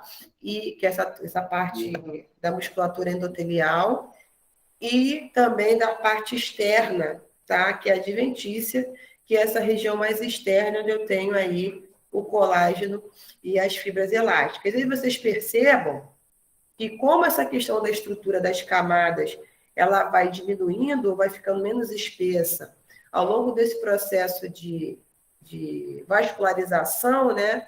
Então, eu tenho vasos, no caso das artérias, por exemplo, que são mais difíceis de romper. As veias, elas se rompem com um pouco mais de facilidade, mas não é assim, nossa, rompe com uma facilidade muito grande, não. E eu tenho os capilares, que aí sim são vasos que se rompem de uma maneira mais fácil, né? Mais rápida, mas como o volume sanguíneo que extravasa nessa região, né, e de líquido intertissular é pequeno, o rompimento, claro que se fizer um comparativo, né, o rompimento de um capilar é menos prejudicial ao corpo, né, do que, por exemplo, o rompimento de uma artéria, que é uma coisa muito mais séria e muito mais grave, que pode levar até a óbito, né? Quando a gente, por exemplo, assim, você tem um processo de intoxicação alimentar, que você vomita, né, que é um espasmo, você coloca aquela substância ou alguns resíduos para fora do corpo, que depois você percebe que o seu rosto fica cheio de uns pontinhos vermelhos, né, chamados de petequias, que a gente chama, que é o rompimento desses capilares, quando você faz força, né, para vomitar, né, e você rompe alguns vasinhos, né, alguns capilares, que depois, no processo de regeneração celular, né, você recompõe, né, esses capilares, enfim. E vocês percebem que o malefício desse rompimento nos capilares, por exemplo, é muito menor. Existem também algumas doenças relacionadas à parte ocular, né, glaucoma, por exemplo, que é uma pressão muito grande nos vasos que irrigam, né, o globo ocular, os olhos, podem romper e também gerar derrames, né, edemas. E aí você percebe que vai mudando a coloração do globo ocular, né? Fica aqueles coágulos de sangue, que é o rompimento dos capilares. Tá? Mas que também, ao longo do tempo, o corpo vai drenando, né? Enfim, vai dissolvendo esses coágulos e restabelece a coloração natural aí do humor aquoso e do globo ocular, né? Porque os capilares, eles causam menos malefício nesse processo de rompimento, se você comparar com artérias e veias, tá? Então, mais um quadro aqui também explicativo para vocês, que também reiterando o que a gente já comentou e já debateu sobre os tipos de vasos, né? Então, as artérias, elas vão possuir paredes mais espessas, elas vão sair do coração com uma alta pressão, levando esse sangue para os órgãos e para os tecidos. Ela tem uma constituição elástica, tá? Tanto na parte da túnica média como na túnica externa, tá? Não possui válvulas, em comparação com as nossas veias. No caso da sístole, né, no caso da contração do ventrículo, as artérias vão ficar relaxadas, né, com relação ao aumento da pressão, para não romper também, né? E na hora da diástole ventricular, eu tenho diminuição da pressão e, consequentemente, contração da artéria, porque eu preciso empurrar esse sangue para todas as partes do meu corpo. Então, também fiquem atentos aí a essas diferenças com relação à vasodilatação, à vasoconstrição das artérias, de acordo com a pressão, com o aumento da pressão sanguínea, tá? Por isso que, por exemplo, é muito grave uma pessoa hipertensa, ou seja, uma pessoa que tem hipertensão arterial, que não se trata, que não utiliza de repente, um medicamento relacionado a beta-bloqueadores aí, da parte da noradrenalina, norepinefrina no coração, relacionados à parte da diurese, né? Tem pessoas também que tomam diurético junto com atenolol, né? Ou propanolol, que são os remédios específicos, porque imagina se não existisse esse controle hormonal e elétrico da contração, né?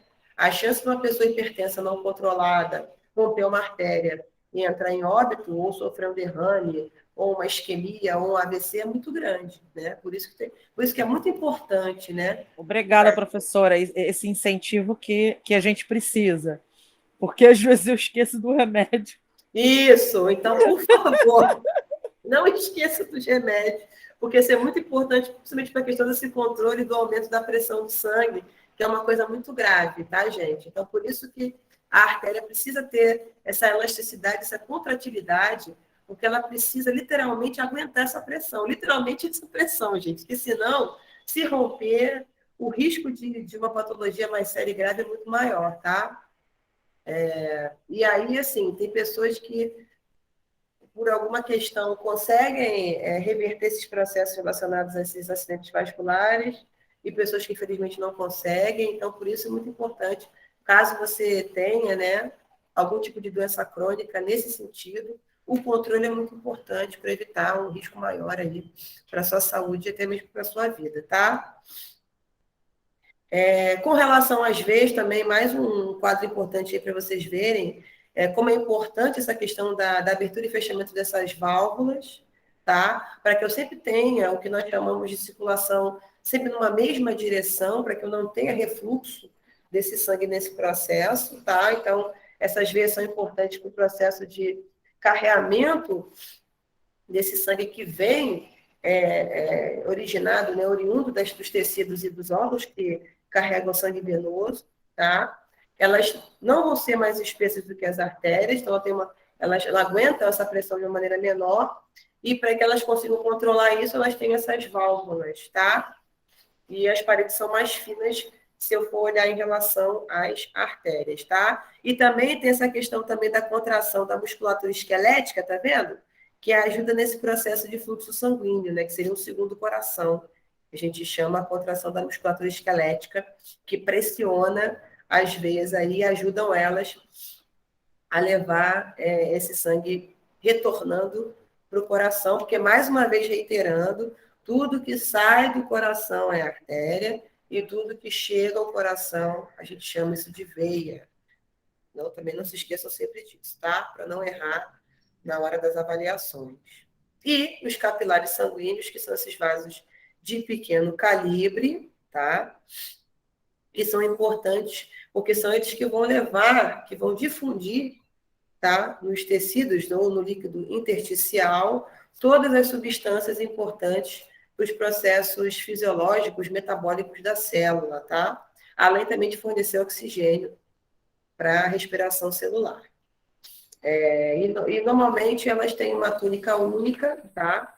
Elas são mais fininhas, e normalmente elas difundem, tá? Essas substâncias nos que nós chamamos de espaços tissulares ou intersticiais, e que depois são drenadas pelos vasos linfáticos, né? E aí eu me lembro que hoje em dia, acho que nem tanto, mas quando surgiu essa questão estética, né, da drenagem linfática, né, dos movimentos de massagem que ajudam nesse processo de retorno venoso, né, e também de reciclagem e de liberação através da rede linfática desses excretas, né, desses resíduos Professora, metabólicos. e isso acontece mesmo com essa estimulação? Acontece, sim. Essa estimulação ela é benéfica, sim, e ela ajuda nesses processos de excreção, né? De externalização de resíduos metabólicos e substâncias que precisam ser colocadas para fora do seu corpo. Ajuda, sim. Claro que com um profissional qualificado, né? Que reconheça, né? De maneira tátil os locais onde eu tenho os linfonodos, né? E a rede de vascularização linfática auxilia, assim, nesses processos, tá? A drenagem linfática, ela ajuda, assim. Eu me lembro uma vez, foi muito tempo que eu já fiz, né? Uma vez eu fiz, e foi muito interessante, porque até a coloração da urina fica diferente, né? E também Eu trabalho com drenagem linfática, sou esteticista e os resultados são maravilhosos. Sim. O edema você consegue visualizar muito rápido, muito rápido. É enviado para o sistema, para a região poplítea, se for perna, por exemplo, panturrilha, para regiões inguinais, onde tem os nossos grandes ralos, né, os nossos a região ganglionar, né? recebe todos esses excretos metabólicos. Então, as pessoas têm uma ideia de que não funciona, mas funciona muito bem. Não, funciona assim. Isso aí, com certeza. Porque é importante, né? Porque a rede linfática ela tem esse papel, né? De reciclar e de limpar, né? Literalmente é isso, limpar o seu corpo. E se você tiver possibilidade de ter acesso, né, a essas informações, ter acesso a essas... Os procedimentos. Isso, que não é só procedimento estético, não, tá, gente? Existem pessoas que eventualmente sofrem algum tipo de lesão, né? No caso dos edemas, que são esses extravasamentos, né? Esses rompimentos desses vasos. Até mesmo nessa questão de quando a gente fica inchado por conta de retenção de líquido. Isso. Nossa, eu tenho muita gente. Eu, no caso, por exemplo, tenho muito problema de retenção e eu tenho um problema hereditário de má circulação, né? Então, eu herdei da minha mãe, que herdou da minha avó, a questão das varizes, né? Eu faço atividade física, né? Eu ia perguntar sobre as varizes. Eu tinha até levantado a mãozinha aí no aplicativo. Ah, sim, acho que eu vi sobre a questão das varizes. Por que fica daquele jeito? É por alguma obstrução? Isso, porque, pode ser alguma obstrução ou algum tipo de comprometimento nessa questão da abertura e fechamento de válvulas, e aí acaba ficando, depositando, né? Vai ficando, porque normalmente, às vezes, elas depositam sangue, né? Elas são depósitos de sangue. A gente até brinca que fala assim, parece umas aranhinhas, né? Isso, alguns casos mesmo. assim que são bem fininhas, mas tem outros casos que são bem expressivos, assim, que até tem pessoas que acabam rompendo, criando úlceras, ulcerações, não é isso? Sim, e tem pessoas que têm essa questão circulatória mais grave, e você vê assim umas erupções, né? Você vê umas bolas, umas bolotas que ficam nessa região por conta desse depósito demasiado de sangue nesses locais, de extravasamento, né? Em alguns casos também é indicação de cirurgia, né? Acho que é cirurgia de safena, eu acho. E acho que elas famosas de safena, né?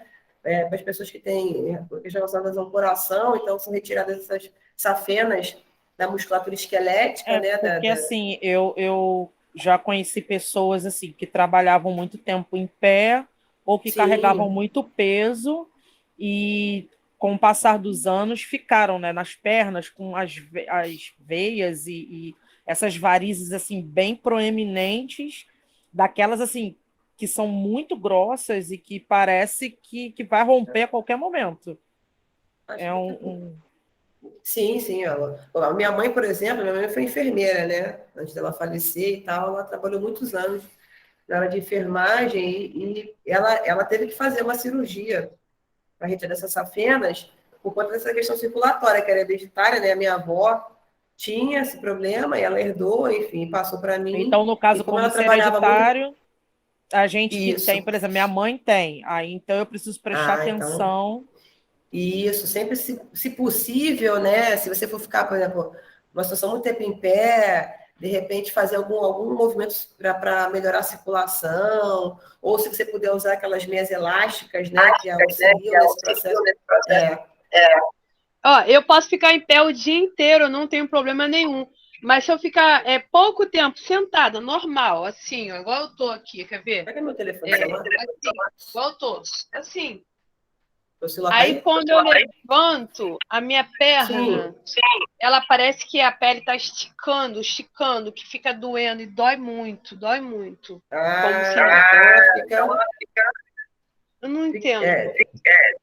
Então, porque ela deve ficar... O que acontece? Ela deve ficar inchada por conta desse depósito de sangue, né? Que não está retornando, né? Então... E eu sentada. Eu fico em pé, não tenho... Você tá parada. Se eu ficar em pé o dia inteiro, que eu trabalhava como balconista, né, em farmácia, então às vezes era de 8 da manhã às 10 da noite, sem sentar, só sentava no máximo 15 minutos. E o resto era tudo em pé. Não ficava inchado, não doía, nada. Agora, às vezes eu tô sentada, conversando. Aí começa. Não sei se é de tanto eu ter ficado em pé que acostumou, não sei. Não, mas então, como você ficava em pé, mas você mesmo disse que você ficava se movimentando, existia essa questão do retorno venoso, né? A contração da musculatura esquelética, e aí a circulação ela é normalizada. De repente, quando você senta, né, esse retorno fica dificultado de estar parado, né? Você está contraindo a musculatura naquela região. E aí, talvez por isso, talvez, cause esses edemas, né? Ficar muito tempo sentado. Isso também acontece comigo também. Às vezes, eu vou olhar assim, meu pé, se aperta assim, né? Parece que ele vai e volta, afunda, né? Não sei o que eu faço. Até às vezes, quando estou sentada num vaso, meia horinha só, né? Quero ali relaxar. Isso. Aí fico assim. Mas de repente, se você fizer uns exercícios assim, por exemplo, assim, de movimentação da panturrilha, sabe? Quando você faz aquele movimento plantar assim, né? De repente pode ser que ajude você a melhorar essa questão circulatória. Boa, não pensei nisso não. Obrigada, professora. Que isso. Fazer isso. Eu sou suspeita para falar, né, gente? Porque eu sou muito viciada em atividade física. Então, acho que a atividade física ajuda tudo. O corpo, a mente, a circulação. Quando eu vim da aula prática, né, que a gente teve aula prática na segunda, né, de sistema circulatório, a gente viu o eletrocardiograma. Sim. Muito eu até também, né? Eu até passei na academia já para fazer um orçamento. Porque eu falei, porque assim, é nítido que da primeira aula que a gente teve junto, a gente tirou foto. Para agora, eu emagreci muito. Porque eu comecei a me preocupar em cuidar de mim, né? Porque a gente cuida de todo mundo, né? Cuida de filho, cuida de casa, cuida de trabalho e das pessoas que precisam da gente, né? Familiares. Eu perdi 2 pessoas da minha família, minha tia e meu pai, minha tia que me criou e meu pai. Então, assim, a gente acaba pensando em todos e esquece da gente. Então, eu estava sem tomar a reposição eu tomo Puran T4, né, com problema de hipotiroidismo, e eu fui ao médico e ele me passou o antihipertensivo, o diurético e a estatina, né, assim, vastatina, para poder ajudar. E tudo isso eu já percebi que assim, deu uma melhora considerável. Fora que eu ainda estou descobrindo se eu tenho problemas com a insulina, né, no caso de diabetes, porque eu tive na gestação, eu tenho uma filha de 1 ano e 7 meses. Durante a gestação, eu precisei fazer todo esse cuidado com tudo isso, antihipertensivo, eu tomava insulinas injetáveis e tomava o remédio da tireoide. E depois, após a gestação, porque minha filha é um bebê da pandemia, né? Nasceu no meio da pandemia e por causa dessa questão de pandemia não se conseguia marcar hospital, clínica, médico, consulta no público em lugar por aqui onde eu moro nenhum. Não tinha médico, o médico que tinha faleceu de Covid, então assim, ficou bem complicado. Só que eu estava com picos hipertensivos que chegavam às vezes a 25, 250, né? 250 por 170. E eu aqui assim, Nossa. Ó, exatamente, falando normal. Aí, quando eu senti uma leve dor de cabeça, eu falava assim, opa, tem alguma coisa errada. Quando eu ia verificar, estava assim, extremamente alto. Mas eu não estava com picos de glicemia, não. Só estava com a hipertensão. Só que aconteceu de eu estar no hospital com meu pai um dia, eu ia comprar um remédio que tinha acabado na noite anterior, fui de manhãzinha comprar o remédio para a pressão, e eu começo a passar mal, já corri para a emergência do hospital, minha glicemia estava em 391. Nossa, muito. Assim, só que foi o que eu falei para a médica, eu falei assim, eu não tenho certeza se eu sou realmente diabética. Pode ter acontecido esse pico, porque eu estava praticamente 3 dias sem dormir dentro do hospital, né? Então descompensou tudo, pressão, glicemia e tudo, entendeu? Então, assim, como eu tenho visto isso, eu falei, caramba, eu vou na academia, vou fazer um orçamento para ver como é que tá, vou retornar ao médico para saber, né, se eu posso fazer, se tá tudo ok.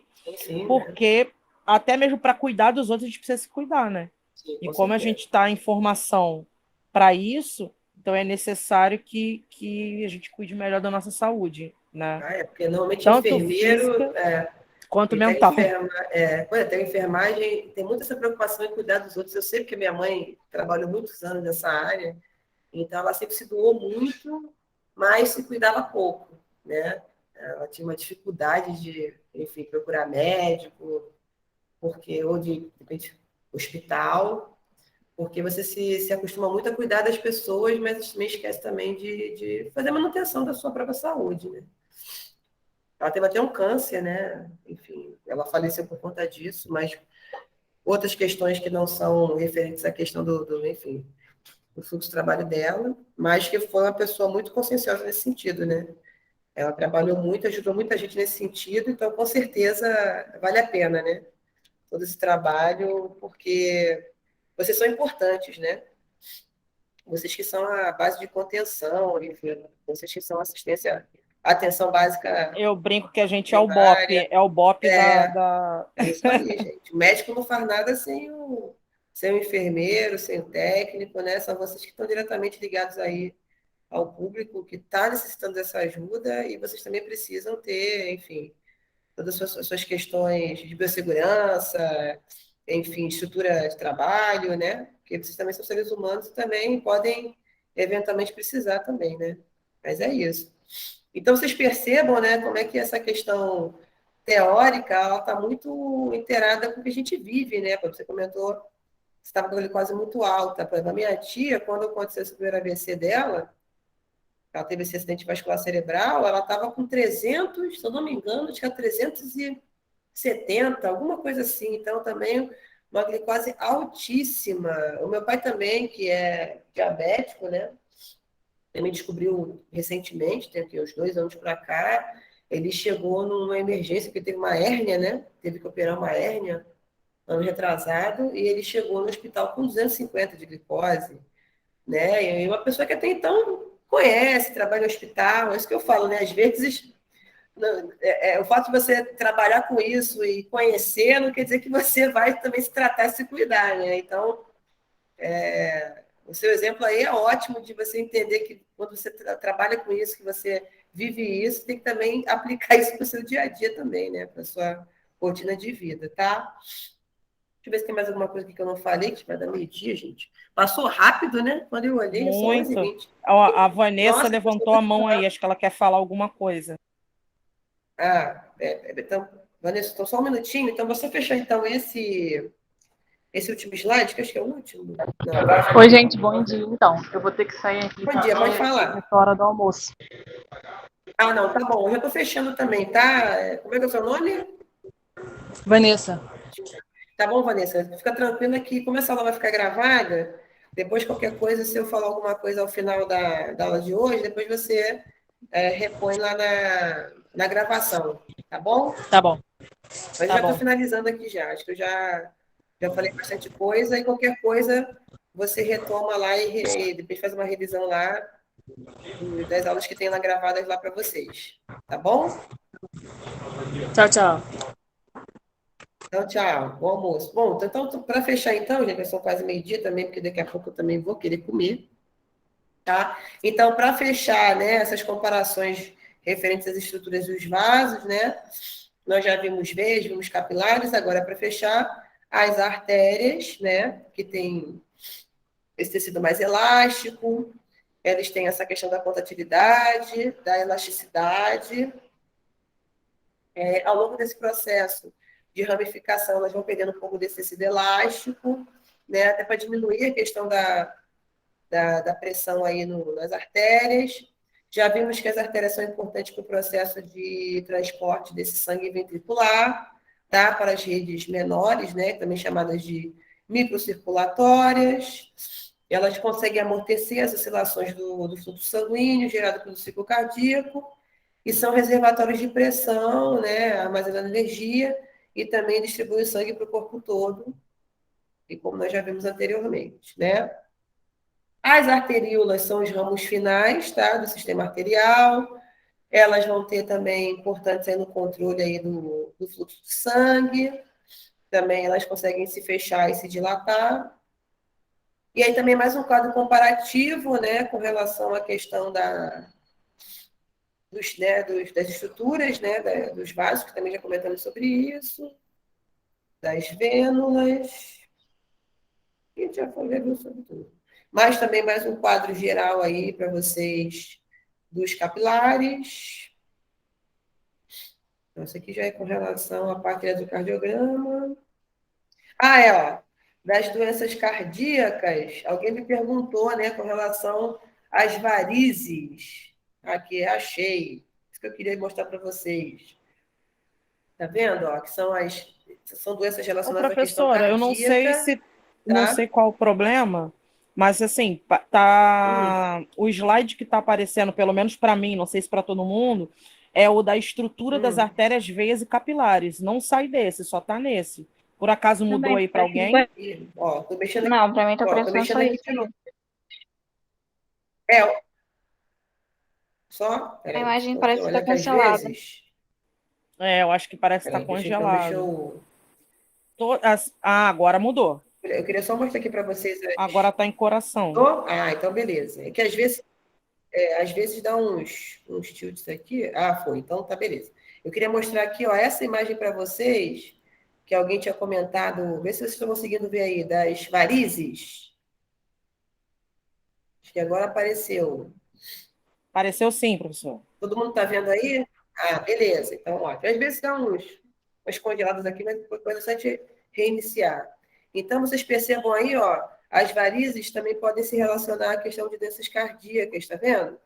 Então, a gente chama isso também de insuficiência venosa funcional assintomática, né? Ou IVFA, que é onde você aparece, tá vendo aqui, ó, as varizes. E aí eu tenho varizes aqui um pouco menos calibrosas e varizes mais calibrosas, tá vendo? Aqui é um caso bem grave aqui, ó. A minha avó, ela tinha as pernas, ela tinha essa aparência aqui, ó. Ela tinha muito problema circulatório, ficava muito tempo em pé trabalhando, que ela era doméstica, né? Então eu me lembro, eu tenho uma visão bem clara. Ela tinha a aparência aqui, ó, dessa região aqui dos membros inferiores, tá? Alguns casos pode haver complicação, alguns casos que podem ser tratados com cirurgia ou também com parte estética, né? Tanto é que existem aquela. Eu esqueci agora o nome da substância, mas você pode fazer também a esclerose dessas veias, né? Eu cheguei a fazer uma época, não sei se vocês já fizeram, conhece alguém que fez, que coloca um líquido nessa região aqui, ó, uma agulha bem fininha, e aí você esclerosa, né? Você meio que, entre aspas, rompe, né? Mata essas varizes aqui, né? E restitui essa região aqui da perna, eu já fiz. Mas sempre volta, né? Então é sempre bom refazer, né? Para quem tem condição, acesso, né? Com relação às varizes. As tromboses também, né? Que estão relacionadas aí à questão do entupimento de artérias, de veias. E no A caso questão da também dos AVCs. trombose tem que tomar. Eu tomei anticoagulante, não é isso? Isso, anticoagulantes. A minha tia também teve que tomar nesse período. Acho que agora ela parou. Eu Ela tomei teve que tomar aquela também. Clexane que aplica na barriga. Oh, Nossa, minha tia tomou, acho que eu foi via tomei, oral. eu Agora o tomei nome muito, do muito, muito. Tomei muitas, muitas mesmo. Eu tenho ainda uma sacola para descarte ainda, que eu tenho que voltar no hospital, eu tenho que levar. É muita coisa. Tomava uma por dia. E não é para mole, poder se não. evitar, e aí, de repente, rompimento, né, ou diminuição do fluxo, necrose daquela região da trombose, né? Então, as tromboses também Eu tem que tomar tive que muito tomar cuidado também. o Clexane também. Uma vez eu fiquei internada, muitos anos Sim. atrás. O dedímero em mim estava 8.000. Foi depois de uma febre, de uma sensação muito ruim, que eu tenho certeza que era dengue. Mas naquela época, você não se ouvia falar em dedímero. Eu perguntava aos médicos. Os médicos não sabiam me responder o que era dedímero. Pelo menos os médicos que eu passei, né? E eu fiquei internada no CTI, tomando Clexane, né? Porque lá verificaram essa alteração, enfim. Eu nunca descobri exatamente o que eu tive. Aí eu pesquisando muito, era muito difícil ver algo relacionado ao dedímero na época. Aí eu achei uma publicação, um estudo de um aluno, que um trechinho bem pequeno, a correlação do dedímero aumentado com a dengue. E agora, quando a gente pesquisa no Google, o que mais a gente vê é a correlação da alteração do dedímero com o Covid. Olha que diz... E eu estou aqui preocupada, porque eu estou com Covid. Pelo menos deu no exame ontem, deu positivo, né?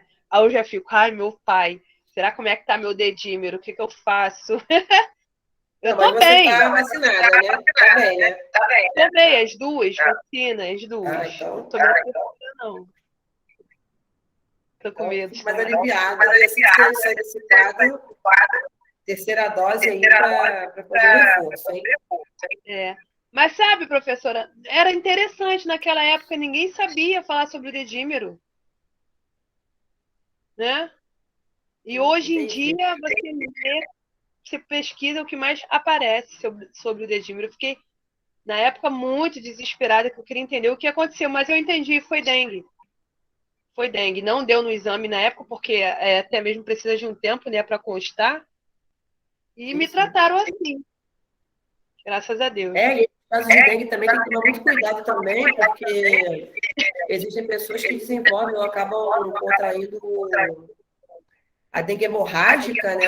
E aí tem que evitar certos medicamentos que podem influenciar com relação a aneurismas nos vasos, né?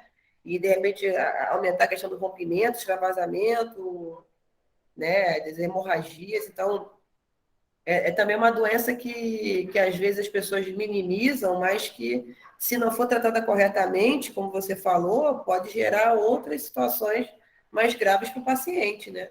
Porque às vezes nem sabe o que ele tem, né? E que só depois de muito tempo é que ele vai descobrir, que vai buscar informação, então também sempre ficar atento aí. E toda doença, né? Toda patologia precisa ser... Eu lembro que, na época, um enfermeiro falou assim para mim, olha, dê graças a Deus que essa doutora teve a ideia de pedir esse exame para você, porque da forma que você chegou aqui, não tinha o porquê ela fazer o pedido desse exame, do dedímero.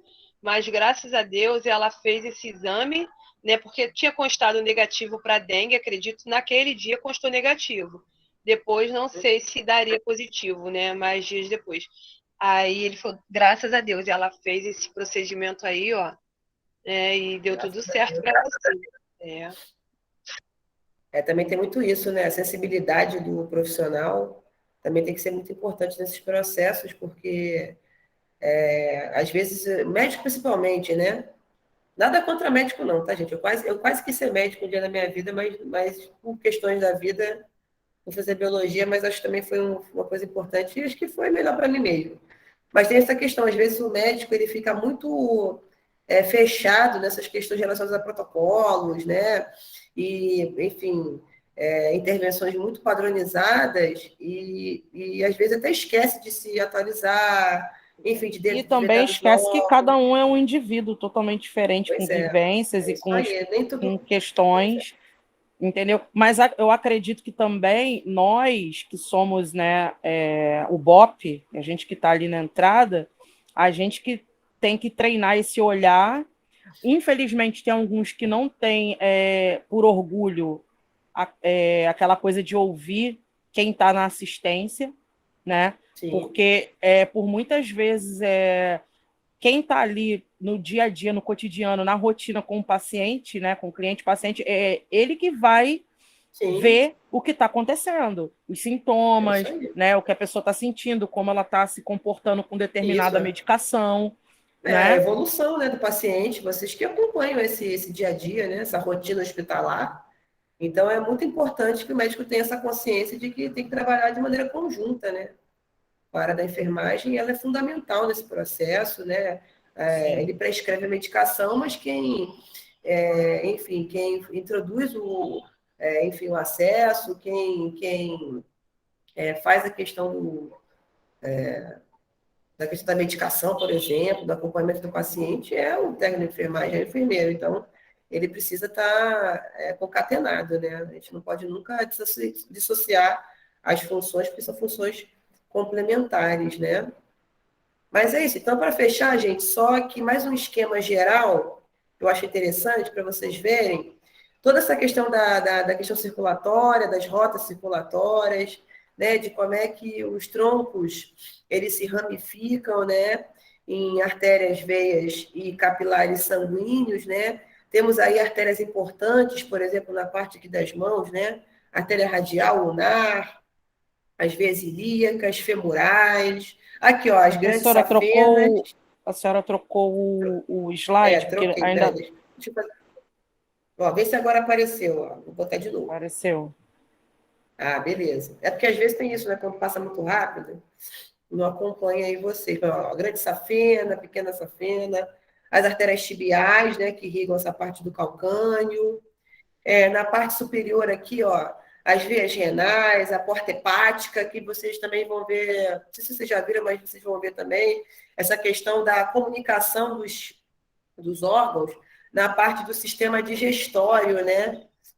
Como é que o suco gástrico, do suco pancreático, como é que a bile é encaminhada do fígado para a vesícula biliar, que vai ser encaminhada para o estômago, ou que vai ser encaminhada, no caso, vai ser encaminhada para o intestino. Então, a questão circulatória também é muito importante nesse processo digestório, por exemplo, né? Desses vasos comunicantes entre os órgãos internos, né? Então, vocês percebam que existe essa ramificação e essa rede para que ocorra essa distribuição equilibrada aí de substâncias, de líquidos, enfim, de sangue, tá? A questão aqui referente à parte aqui da clavícula, né, das veias subclávias, artérias, a parte das artérias e veias pulmonares, a parte do tronco bracocefálico, tá? Que é a veia cefálica, que vai ser encaminhada via veias jugulares e as artérias carótidas, que irrigam aí a parte encefálica do corpo. Então, vocês percebam como a máquina humana ela é super interessante, super funcional, regulatória, né? E, mais uma vez, reiterando a importância do processo circulatório para distribuição, depósito de sangue, distribuição de nutrientes, né? E de oxigênio para o corpo todo, para que ele consiga funcionar de maneira equilibrada e manter a sua regulação osmótica, homeostática, temperatura corporal. Circulação é muito bacana, gente, e muito importante nesse processo, tá? Então, gente, acho que foi isso. Acho que a gente conseguiu ver toda essa questão circulatória. Se vocês quiserem, eu também posso disponibilizar, tá? Acho que hoje mesmo eu já consigo colocar, ou amanhã no máximo, lá no... Bom, vou fechar aqui, então, Vou finalizar com vocês aqui. Deixa eu achar vocês aqui, porque é muita coisa. Então, vou parar a apresentação aqui para finalizar com vocês, tá? Aqui tem imagem. Isso, úlcera varicose. A minha avó tinha, infelizmente, ela desenvolveu essa úlcera aí. E até muda a coloração da pele, né? Também, enfim, uma coisa mais perto meio queimado, né? Bom, gente, então foi isso. Espero que essa aula tenha sido bem elucidativa com relação a essa questão dessas diferenças dos vasos. Espero que vocês tenham gostado, né? Porque, enfim, cada professor tem uma dinâmica, né? Tem uma logística com relação à questão das aulas, né? A minha linguagem é um pouco diferente da linguagem da Luciana, mas eu acho que espero que tenha sido bem elucidativo, que vocês tenham entendido todas as questões relacionadas. Espero que a aula tenha sido boa para vocês.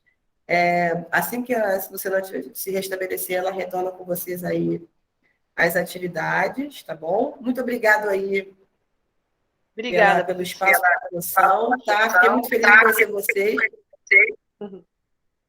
Espero reencontrá-los, talvez, em outras oportunidades. Obrigada. Tá assim, avisando aqui que eu vou finalizar a nossa aula aqui, né, para não ficar muito extensa. Pronto, se puder, põe essa